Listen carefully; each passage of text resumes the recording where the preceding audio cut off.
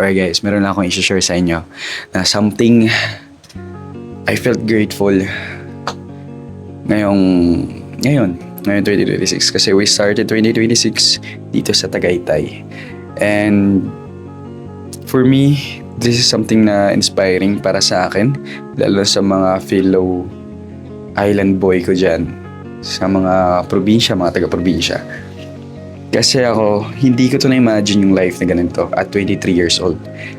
Before, nung bata ako, akala ko, andun ako sa isla. Fishing, dagat, bukid, gano'n. Pero hindi ko naman siya ikinakahiya. I am proud of it and ginawa ko yung video na to ngayon kasi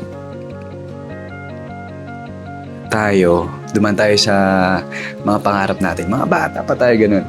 Na okay, na na-imagine natin, ganito, pagkalaki ko, gusto ko mag-travel, pagka ganito, ganyan. Di ba may mga little dreams tayo nung mga bata pa tayo. Pero ngayon, I am very grateful sa lahat na nangyari sa akin.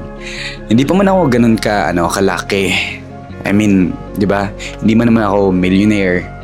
Kasi hindi naman ako ganun kalaki yung pera or ganun kayaman. Nabuhay lang ako sa simpleng pamumuhay, simpleng pangarap, simpleng edukasyon na yun ako na action.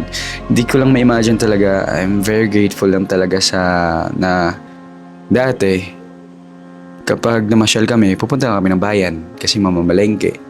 Pupunta kami ng bayan para pupunta sa nanay ko. So doon ako nakapagpamasyal. Mga doon lang misad sa mga doon sa Balangingi kapag na ay occasion, special occasion.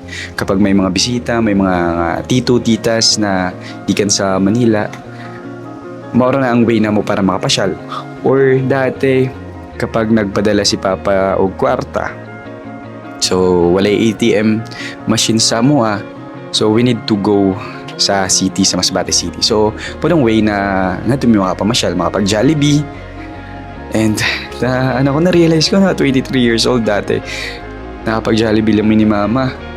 Nakapag-manginasal ni Mama kapag nagpadala si Papa gikan abroad. Tapos, halos once a month or twice a month. Ganun. Nandito pa may makapag-Jollibee. Tapos karon kapag Jollibees karon na ako with my girlfriend kapag last choice na mo kapag nag-crave kami Jollibee makapag bakal namin makapagkaon namin Jollibee. So at that little things in life sobrang na-appreciate ko kahit sobrang liit lang yun kasi in that way, diba? Kung iisipin natin parang wala naman na, pero alam mo yan, yun ko na-realize yung life natin. Hindi talaga natin masasabi. Basta kapag may pangarap tayo, ginawa tila action, may disiplina tayo. Yun. Kaya, just like here, we started 2026 dito sa Tagaytay.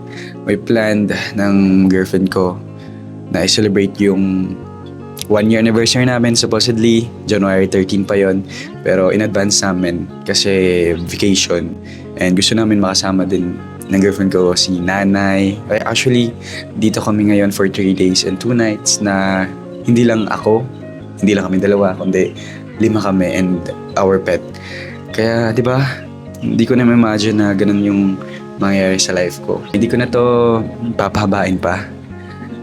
Gusto ko lang sabihin sa inyo, gusto ko lang iparating sa inyo yung message na to na sa mga fellow kababayan ko, lalo na sa mga island boys na nangangarap, na wanted to try something new, di ba?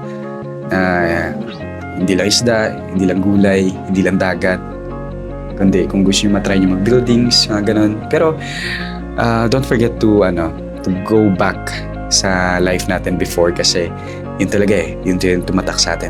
Nandun talaga yung puso natin. Pero kung gusto natin ng something new na may mga goals sa yung life na gusto ma-experience, kung may mga pangarap kayo guys, wag kayong bibitaw. Kasi akala ko dati, akala ko lang, ngayon, na-experience ko na.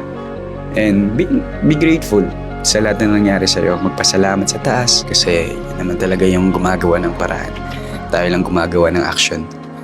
Kaya guys, mangarap lang tayo mangarap. Yun lang yung message ko guys. And enjoy namin yung natitirang araw namin dito sa staycation namin dito sa Tagaytay. Alright? Bye.